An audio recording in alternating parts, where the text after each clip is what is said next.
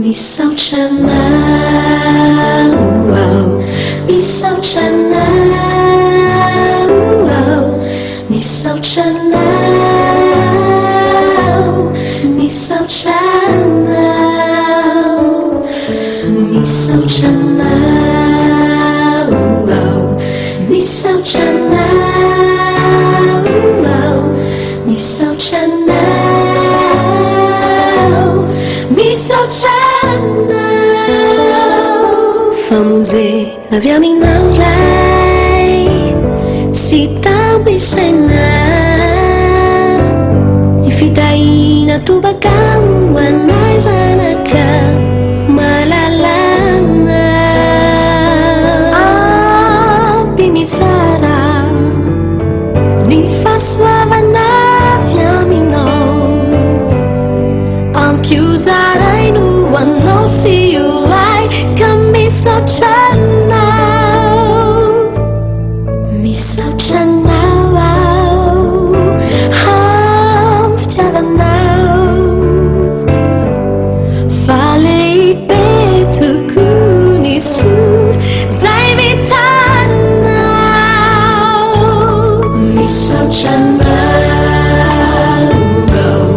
miso chana,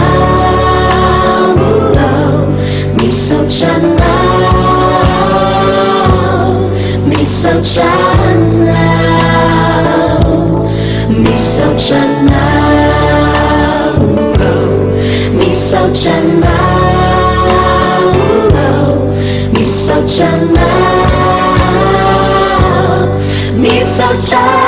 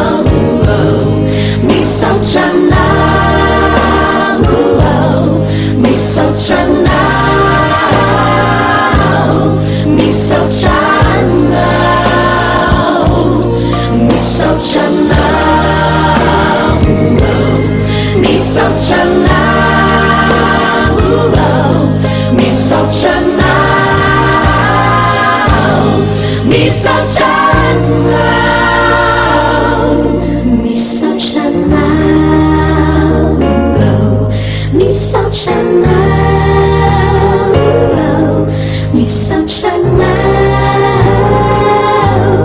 miso chana.